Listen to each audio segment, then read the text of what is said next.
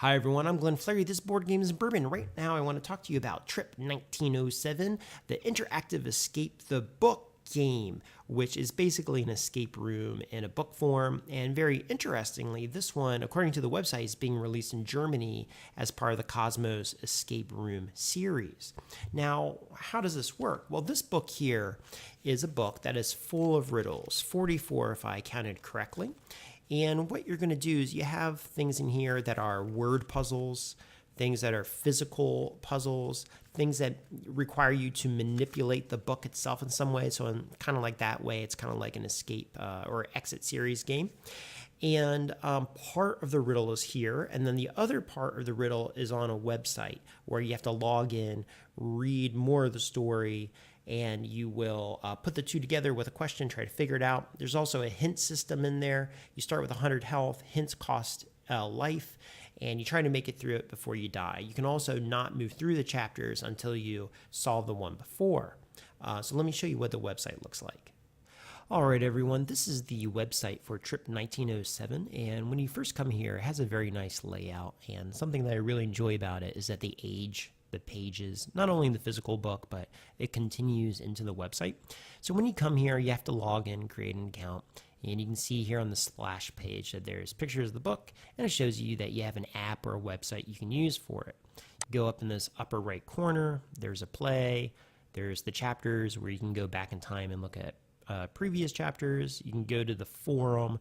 That is kind of like you can discuss how to figuring out if you're stuck, and the creators in there basically giving you like a third hint. And then there's a section called credits, which right now doesn't seem to work. I guess what happens is because in the game you start with 100 points, you know, if you run out of life, you go to credits and you can purchase more life, I guess.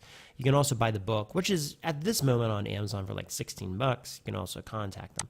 So if we go to the forum, let's see what's in there for a second.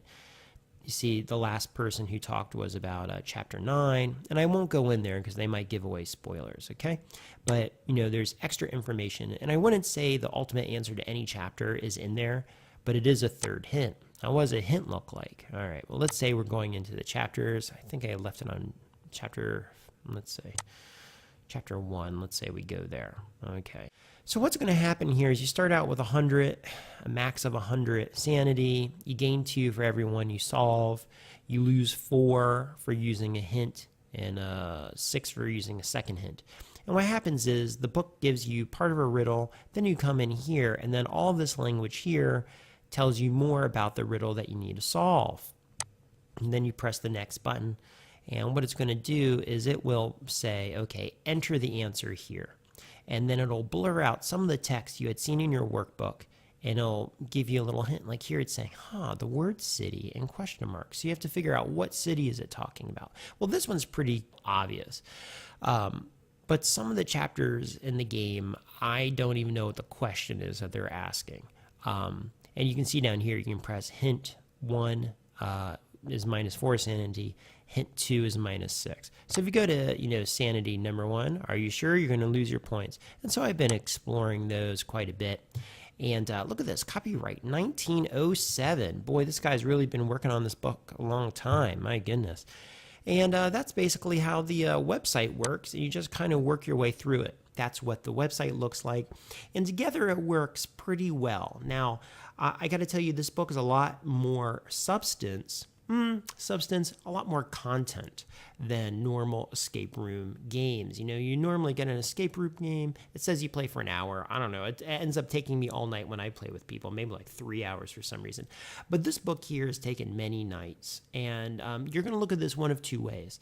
You're either going to say, wow, I have a lot of content for the money, or wow, this is getting long in the tooth because I am laboring. Sometimes you will labor on one of these riddles for as long as you would do an entire escape room game. It truly runs the gamut, like the logic of all escape rooms I've played so far, where some of them are incredibly obvious, and you're like, how can that, you know, that might as well be in a dad joke book. Some of the puzzles, you know, are real head slappers. You're like, how did I overlook this obvious? It was a red herring. I went down the wrong path of logic.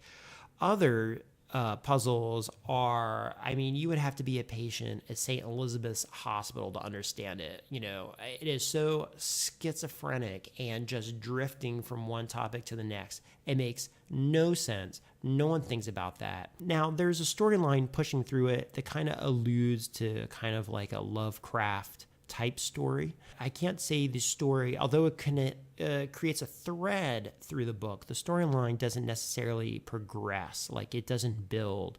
There's not peaks and valleys to the story. And the puzzles themselves do not necessarily equate to a furthering storyline or growing in complexity or anything like that. They simply match whatever the little vignette is that's being offered to you at the time that you arrive at the puzzle. So in other words, the riddles in this book could be put in any order. I don't think it would have affected. It's just an entire experience. It really is an activity book, and this in particular is a handbook to a website. And that raises the other thing. I wanted to talk to about this book because Detective by Portal is coming out, and that uses the website a lot, and there's a lot of investigation. In this book, you're going to have to go online, and you're going to have to learn things you might not know about and make sense out of some information to put the right information into the website to see if you've passed the chapter or not. And, that can be really cool in some ways, and it is cool in some ways. People in the forums love this game. Now, for me, I love the Roll and Write forum. And I like the tactile, physical ability of holding the book. And I like sitting in bed with my pencil and just filling it out as I, drift off asleep or something like that. But anyway, that's a small gripe. So if you're into it, check this out. It's, just get your pencil out. You can work with the book and keep your cell phone nearby. Okay, that is Trip 1907. Thanks, everyone.